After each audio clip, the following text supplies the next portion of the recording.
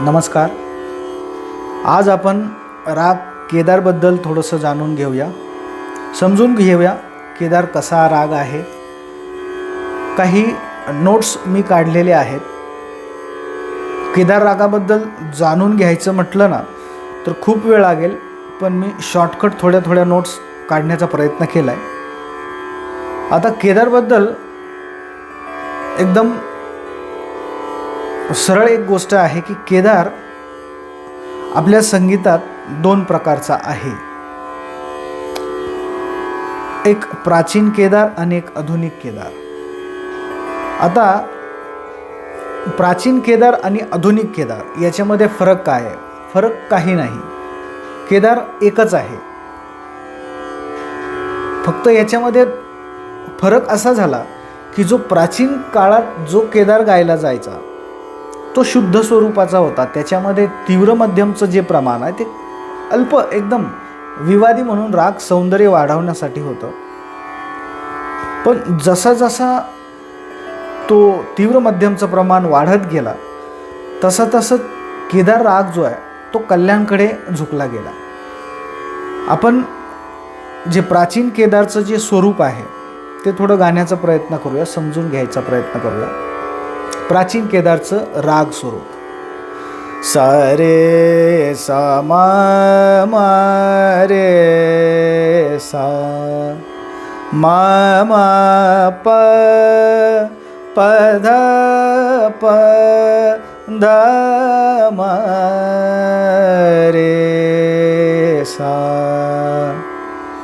प सा सा रे सा द प ध म प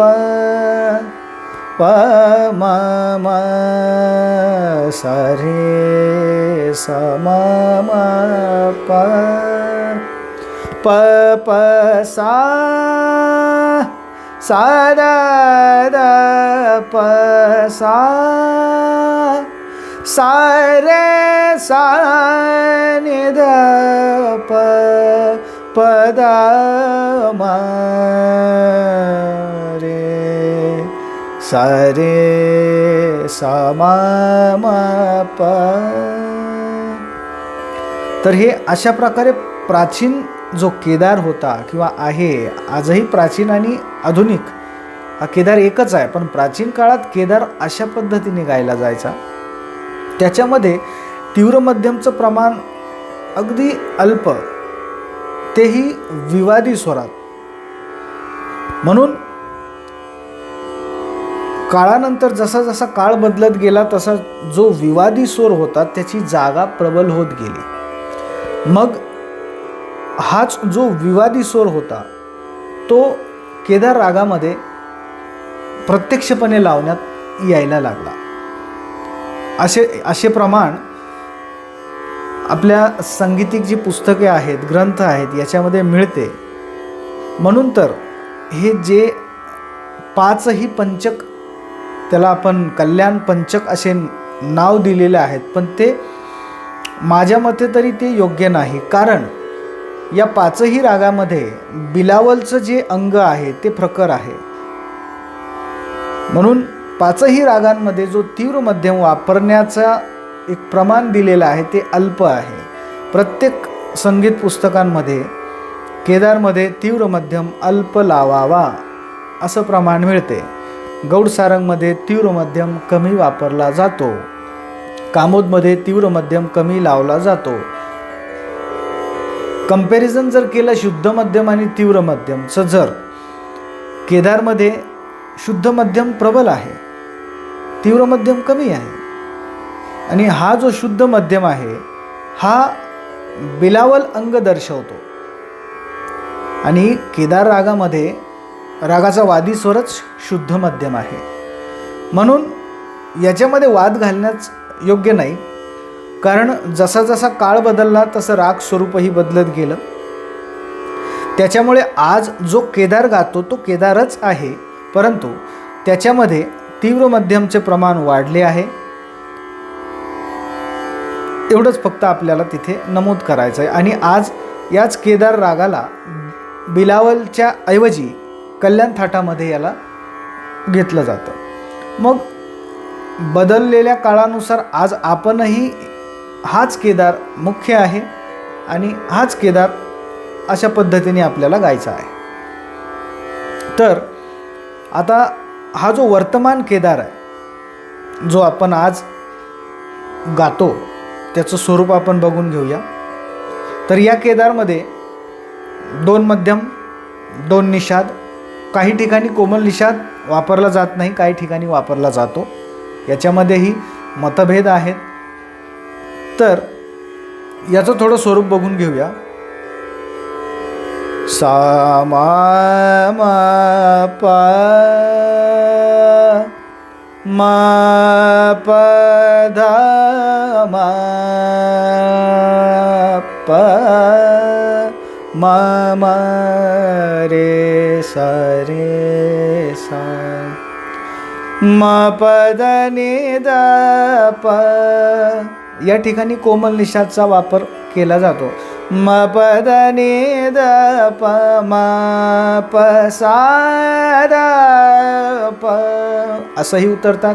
काही ठिकाणी सा नि ध प मा प ध नि ध प मा प ध मा रे अशी एक जागा आहे।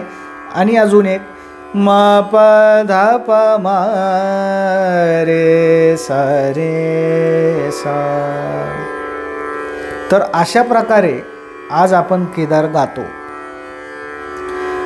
काही ठिकाणी कोमल निषाद घेत नाही, काही ठिकाणी त्याचे प्रमाण आहे। अजून एक केदारमध्ये महत्त्वाची गोष्ट म्हणजे गंधार। प्राचीन केदार जो प्राचीन काळात हा केदार जो गायला जायचा त्याच्यामध्येही गंधारचा स्पर्श होता आणि आजही गंधारचा स्पर्श आहे। काही ठिकाणी गंधार लावला जात नाही, परंतु जर गंधार नाही लावला तर त्याचं स्वरूप गोड वाटत नाही। आता गंधार कुठे आहे? सा मा मा प ही जी मिंड जाते मध्यम आणि पंचम या दोघांच्या मध्ये जी मिंड जाते त्या ठिकाणी आपल्याला गंधारचा स्पर्श द्यायचा आहे, तरच तो गोडवा त्या रागामध्ये येतो। सा मा मा प असं डायरेक्टली घेतात लोक, तसं काही प्रॉब्लेम नाही, पण जो गोडवा आहे तो आणण्यासाठी गंधारचा स्पर्श आवश्यक आहे। जसं की सा मा मा प मा प ध प मा रे सा रे सा। काही ठिकाणी काही बंदिशी आहेत त्यांच्यामध्ये गंधार दिसतो, व्यवस्थित दिसतो। आपण एक बंदिश गाणार आहोत कंगनवा मोरा, त्याच्यामध्येही गंधार थोडा स्पर्श आहे, थोडा वाढलेला आहे। त्यामुळे आपण जो केदार गात आहोत तो वर्तमान केदार आहे आणि त्याच्यामध्ये गंधारचा प्रयोग आहे आणि कोमल निषादचाही प्रयोग आहे। आता अजून एक गोष्ट होती, केदार राग जो आहे तो उपरागांग राग आहे। म्हणजे आपल्या संगीतामध्ये रागांग राग, उपरागांग राग, मूळ राग असे प्रकार बनलेले आहेत। आता मूळ राग म्हणजे काय की ज्या रागांचे नाव आपण थाटांना दिलेले आहेत, आपण जे 10 थाट म्हणतो ते आपले मूळ राग आहेत। आणि उपरागांग राग म्हणजे की ज्या रागांपासून वेगवेगळ्या रागांची निर्मिती झालेली आहे। उपरागांग रागामध्ये बिहाग आहे, बागेश्री आहे, केदार आहे, असे खूप सारे आहेत। त्याचा एक वेगळा व्हिडिओ आपण बघूया। पण हा जो केदार राग आहे तो उपरागांग राग आहे, कारण आपल्या संगीतामध्ये केदारचे अनेक प्रकार आपण गात आहोत, आपण ऐकत आहोत। केदारचे काही प्रकार आहेत, जलधर केदार, मलोहा केदार, असे भरपूर केदार आहेत। पण त्याच्यामध्ये मुख्य केदारची संगती काय की जी ह्या केदारच्या प्रकारांमध्ये वापरली जाते. आता मुख्य केदारची जी संगती आहे ती आहे सा मा मा प मा तीव्र न घेता. कारण केदारच्या सर्व प्रकारांमध्ये प्राचीन केदारामध्ये जे स्वरूप वापरलं आहे तेच सर्व केदारच्या प्रकारांमध्ये आहे. कारण तीव्र मध्यम जर म्हटलं तर त्या प्रकारामध्ये तो कल्याणकडे झुकला जातो. केदारचाच प्रकार कल्याणकडे झुकला जातो. पण आता इथे केदारचे जेही प्रकार आपल्या संगीतामध्ये आहेत त्याच्यामध्ये केदारचं कोणतं स्वरूप वापरतात तर ऐका. सा मा मा प मा रे सा रे सा. तर हे जे स्वरूप आहे हे मूळ केदारचं स्वरूप आहे. सा दा प प सा सा दा प मा रे सा रे सा सा दा प मा रे सा रे सा किंवा सा ने दा प मा प दा मा रे. आता या ठिकाणी आपल्याला दुर्गा रागाची छाया आल्यासारखी वाटते बघा. मा प धा प मा रे सा रे सा. या ठिकाणी दुर्गा रागाची छाया आल्यासारखी वाटते. म्हणून इथे काय झालं आहे सा ने दा प मा प ने दा प असं केदारचं स्वरूप आहे आधुनिक केदारचं. म्हणून कन्फ्यूज काही व्हायचं नाही. फक्त लक्षात ठेवा आपण जो आत्ता केदार गात आहोत तो वर्तमान केदार आहे आणि त्या केदारामध्ये 2 मध्यम 2 निषाद आणि गंधाचा स्पर्श आहे. कारण आपल्याला आपण जी बंदिश गातो त्या बंदिशीमध्ये या सर्व गोष्टी दिसतात. म्हणून आपण त्याच केदाराला फॉलो करायचं आहे की जे रागाचं स्वरूप आपल्या बंदिशीमध्ये आहे. अजून पुढे जाऊया. हां, आता याच्या काही स्वरसंगती आहेत आपण त्या थोड्याशा म्हणून घेऊया. सा मा मा प एक मा मा रे सा रे सा. बघा सा मा मा प इथे गंधारचा स्पर्श आहे. ही स्वरसंगती आहे केदारची. सा मा मा प मा इथे गंधारचा कण होतो. मा मा रे सा. दुसरी मा प धा मा. तर ही आधुनिक केदारची संगती. मग आता इथे आधुनिक आणि प्राचीन असं काहीही मत ठेवायचं नाही. ह्या ज्या संगती आपण म्हणतो आहोत ह्या केदार रागाच्या स्वरसंगती आहेत. That's it. ओके. मा प धा मा रे. अजून एक सा मा मा प मा प धा प मा रे सा. अजून एक प प सा सा रे सा दा प मा. तर अशा या केदारच्या स्वरसंगती आहेत. मी क्लासमध्ये अजून तुम्हाला समजावून सांगेनच.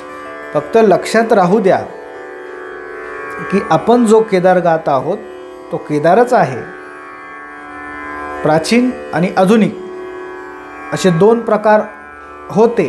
पण आता प्राचीन पद्धतीनुसार केदार कोण गात नाही. आता जो आपण केदार गातो तो आधुनिक पद्धतीनेच गातो. सर्व ठिकाणी आधुनिक पद्धतीचाच केदार फॉलो केला जातो. फक्त आपल्याला माहिती पाहिजे की बाबा केदार हा एक बिलावल अंगाचा राग आहे आजही काही ठिकाणी काही जे जुने संगीत तज्ज्ञ आहेत ते आजही केदारला बिलावल अंगाचा मानतात, आजही. पण याच्यामध्ये प्रमाण म तीव्रचं आलं आणि त्याला कल्याण थाटामध्ये वर्गीकृत केलं गेलं. तसंच प्रमाण, तशीच परंपरा आता पुढे चालू राहिलेली आहे. आता याच्या जवळचा राग जो आहे तो हमीर आहे